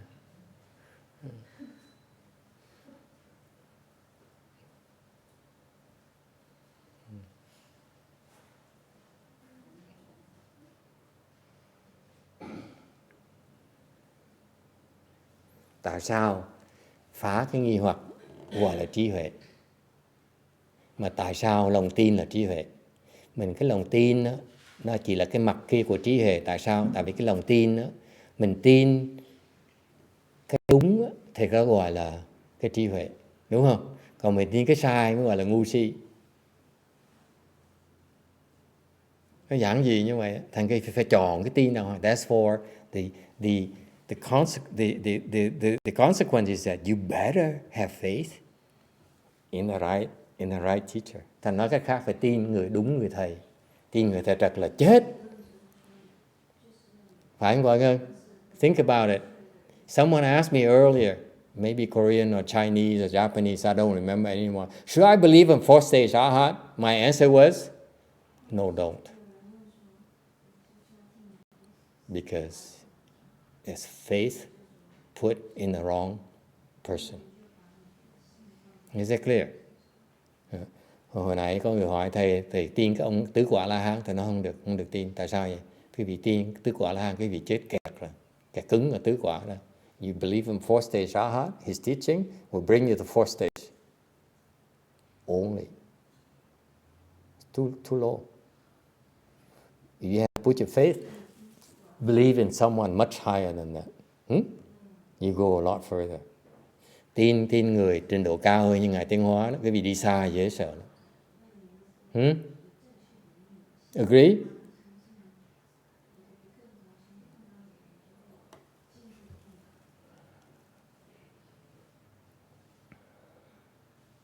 Hearing this Dharma, the entire assembly was delighted, made obeisance and withdrew. Nghe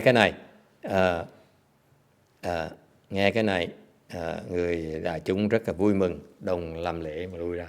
Okay. The entire assembly was delighted. Cái đại chúng rất là vui mừng. You see, that's how easy to please the Chinese really are in the past. Quý vị thấy không? Cái đời xưa mấy cái người Tàu nó dễ sướng như vậy đó. Nghe nó thanh tịnh tâm. They heard, purify your mind and you be the sages. And they're happy hearing about it. And for us, they say what? Quý vị thấy đời xưa người ta khùng dễ sợ.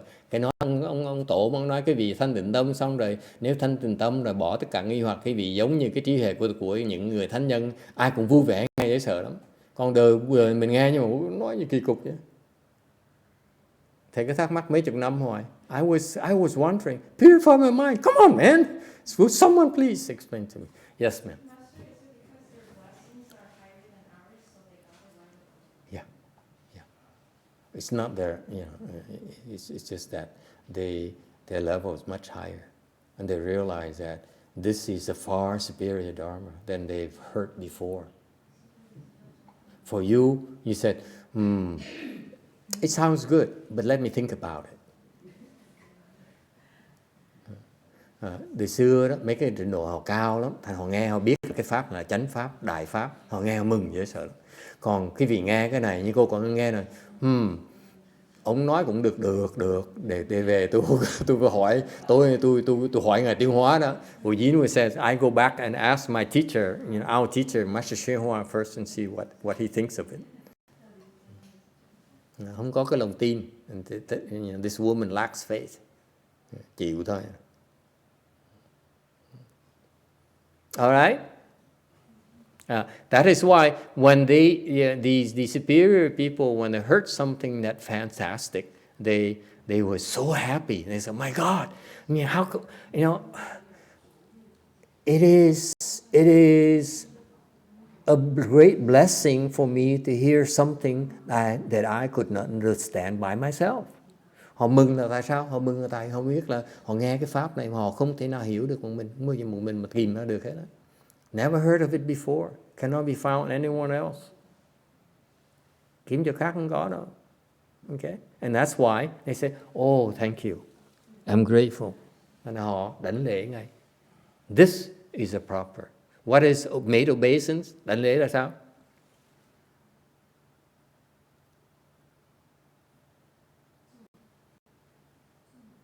What is the modern equivalent of made obeisance? Cái thời đại này mà đảnh lễ là tương đương là sao? What's the equivalent, modern day equivalent? Cái cô kia, trong thời đại này họ đảnh lễ như vậy. Cái thời đại văn minh họ làm gì để mà thay vì đảnh lễ? What do you do?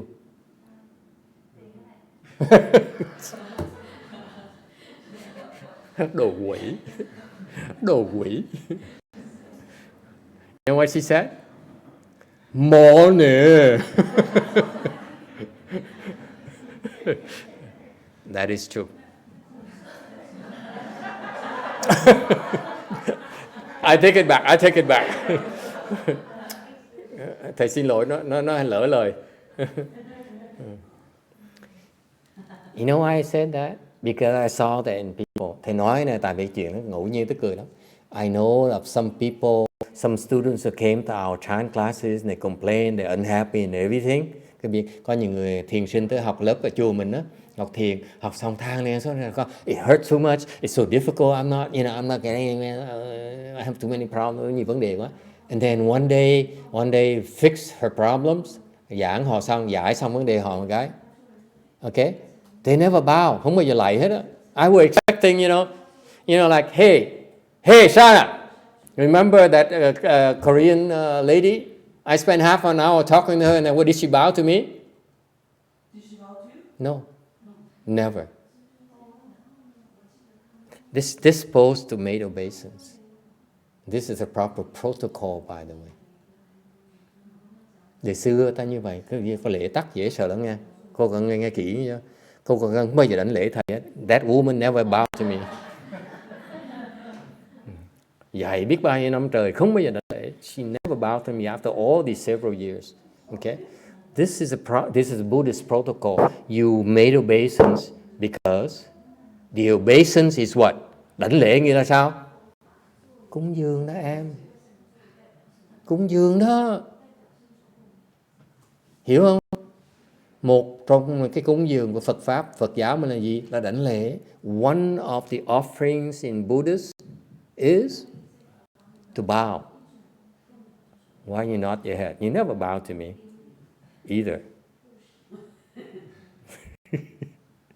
Okay?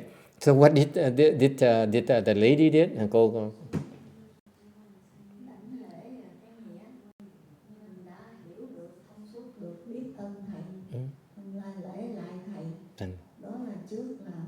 biết ơn. Thứ nhì là cúng dường. Cái ý nghĩa mà người ta nói cô biết là cái mình đảnh lễ là biết ơn xong mình cúng dường Tam Bảo. Đảnh lễ ăn cúng dường Tam Bảo đó cô. Mà mấy cái tụi kia nó không biết, thành ra tụi nó nghèo suốt đời vậy đó.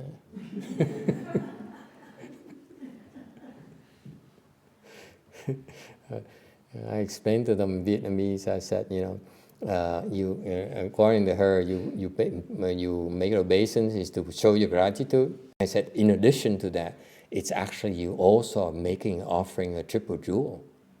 You're not bowing to me. I'm not that stupid. You can't bow to me. You bow to me, I'm not here. Okay? You think you're bowing to me, but you're not. And I explained to them, you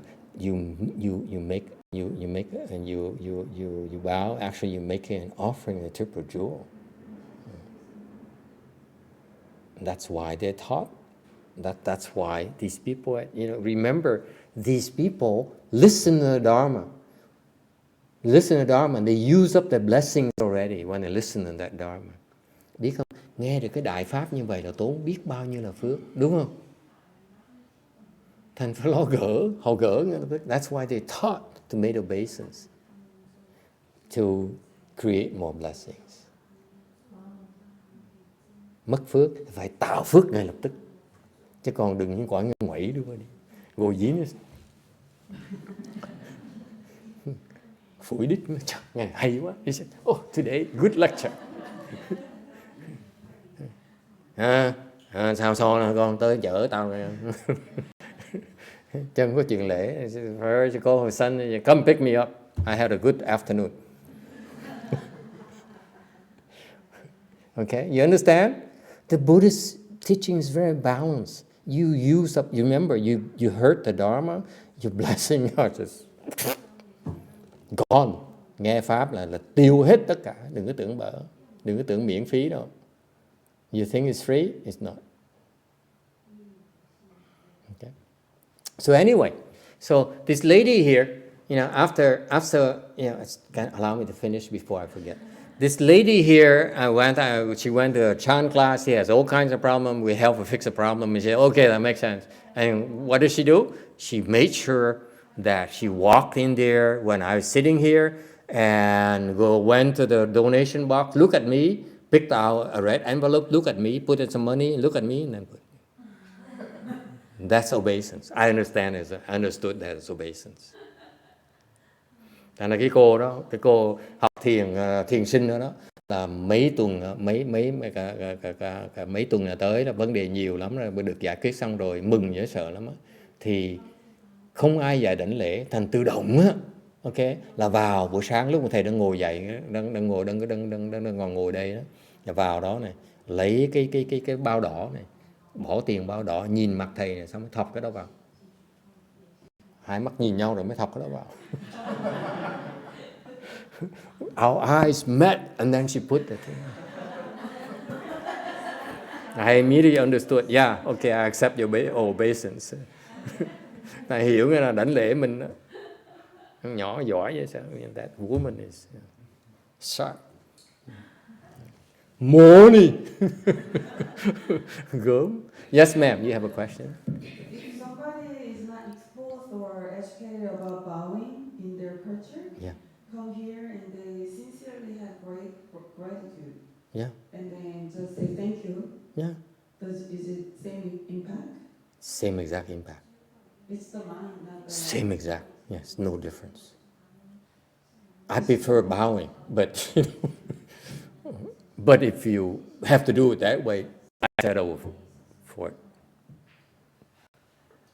So even if she has some kind of faith, it's the Korean one. It's based on how she wants to help her health, not really sincerely grateful about what we can do for her out of the pure intention. Because she hasn't heard the great Dharma yet.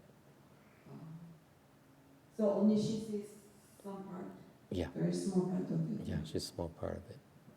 So she's grateful for that part. She didn't get the other part.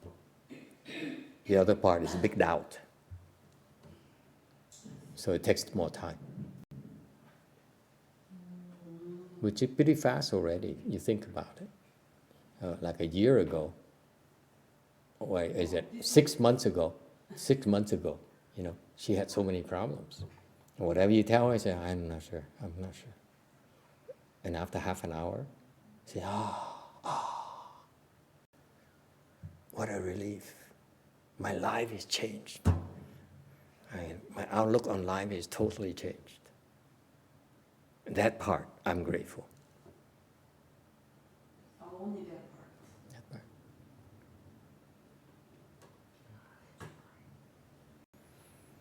Questions? All right, so that's the end of, 474, that's the end of chapter 1. Yes, ma'am. 师父，你刚才说到的就是，人不能忘了感恩，要恭敬三宝。那现在因为我以前读过一本古书说的，就是科技越发达，人心就越堕落。所以现在的人福报很薄，就是因为他们不懂得真正怎么从心里来恭敬、供养三宝，只是用钱来作为一个唯一的一个衡量标准，所以人心就越来越堕落，福报也就越来越少。所以现在社会的人就是能够真正修道成功的人就没有古人那么多，是这样理解。是这样理解。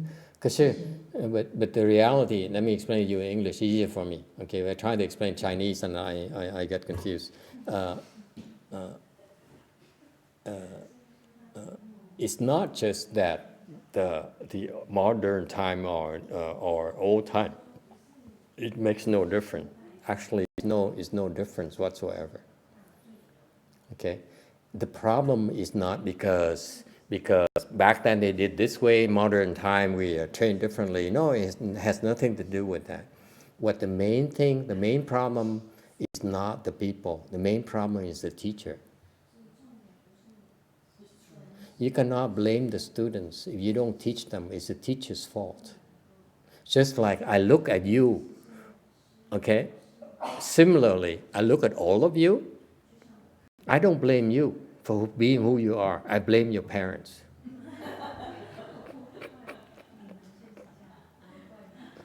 Funny, huh? See, I do find a way to insult all of you. Cô nói là tại vì cái thời kia nó còn biết lễ, biết phép, có tắc, có nghi, còn thời buổi này nó không còn như vậy. Thời nó không có, đừng có trách người ta, đừng nó trách là đời xưa như vậy, đời nay như vậy, không có như vậy đâu. Sự thật á là cái lỗi không phải người học trò, cái lỗi người thầy không có dạy người học trò.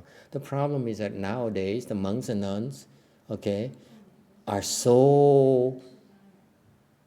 scared of you. They're so scared of losing you.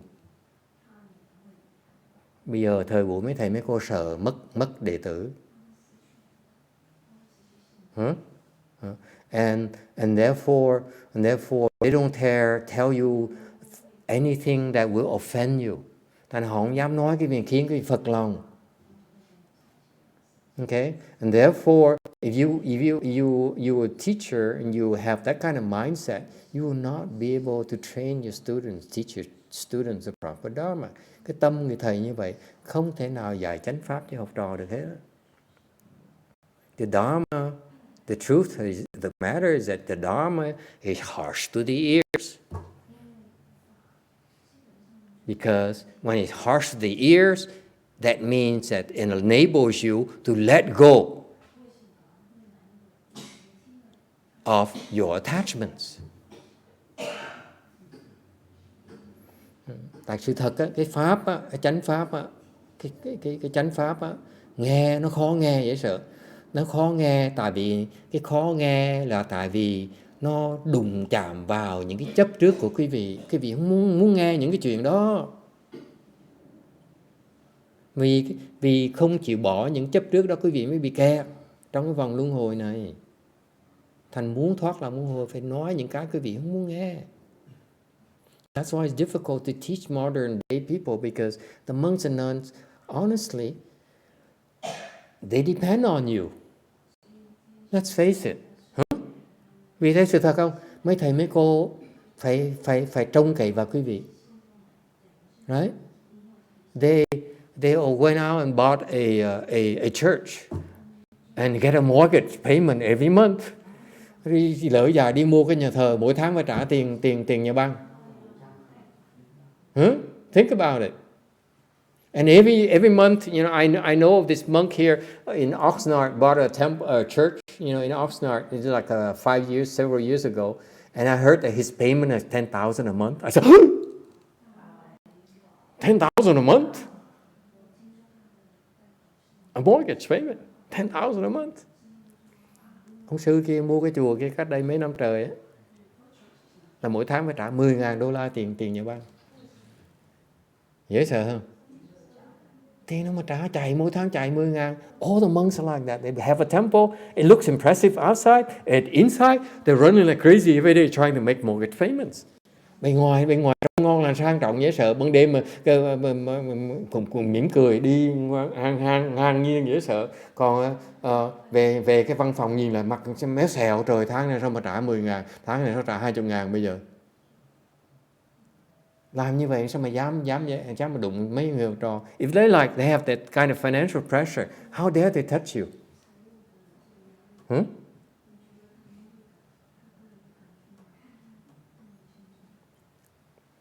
That's a problem. That's why they don't dare teach things, tell you things that you don't want to hear anymore. Thành cái thời buổi này á, ông thầy văn minh dễ sợ, mượn tiền nhà băng được làm chùa rất là đẹp đẽ sang trọng, đều kẹt vào thế là không dám mất lòng người Phật tử nữa, thành không dám dạy. So therefore they don't teach you anymore the proper Dharma, không dạy cái chánh pháp.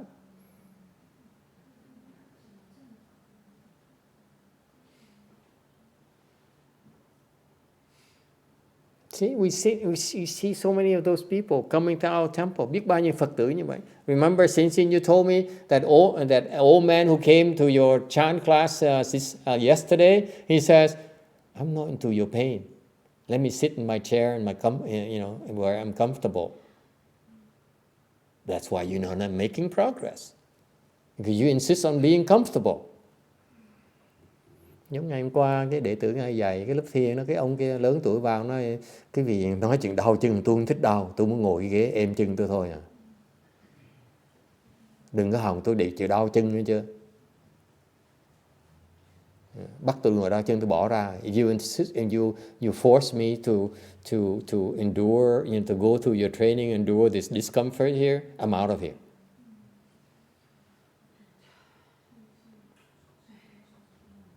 Yes, ma'am.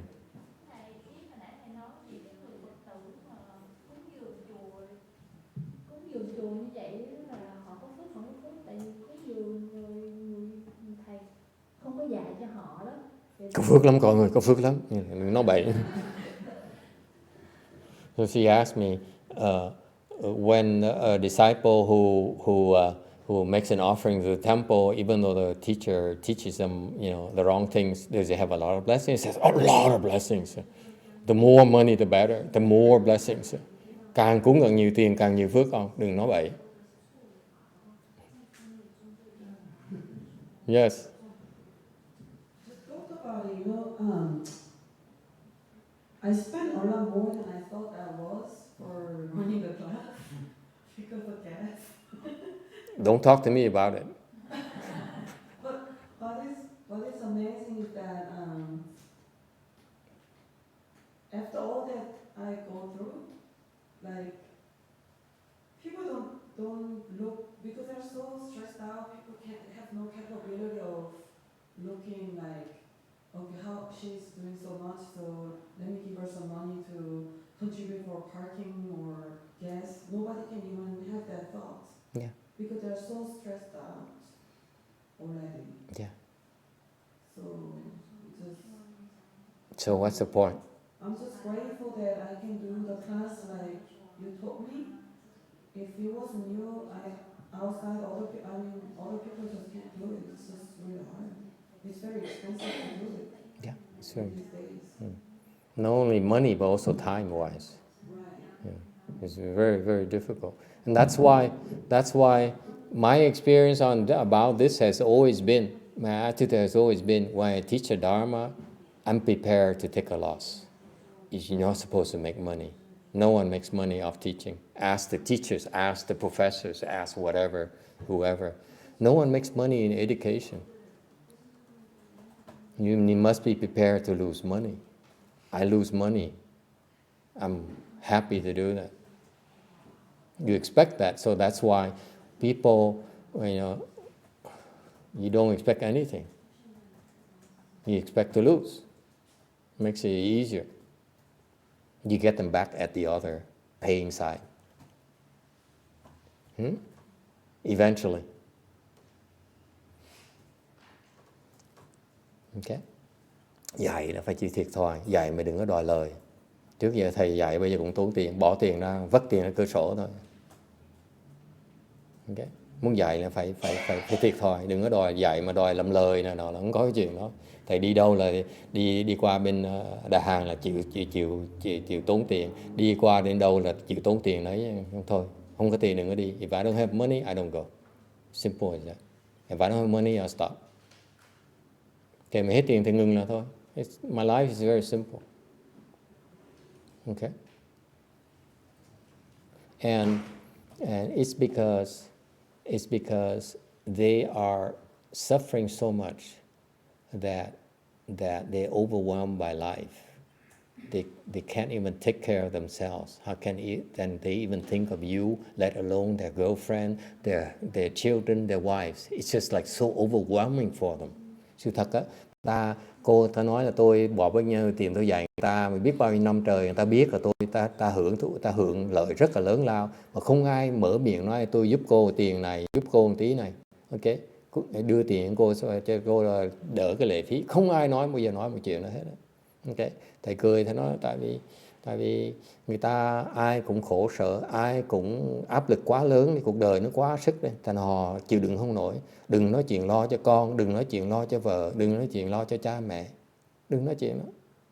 Họ kiệt sức rồi, mà không có mình họ còn khổ hơn nhiều. So without the chant meditation, without our help, they would be a lot worse off. And to us, that's our payment. It's not the monetary stuff. Thành mình giúp họ là giúp cái giải cái khổ của họ, là cái đó là cái gì đó, cái công của mình, cái tiền của mình, chứ đâu phải lấy tiền người ta được. Mình dạy là phải chịu thiệt thòi. Okay?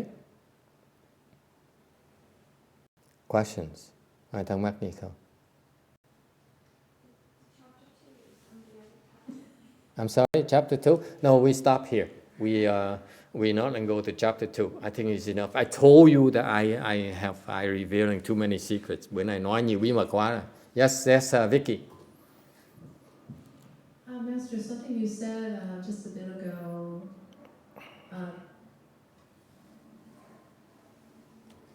If if people hear something they don't like, they're not going to support a temple.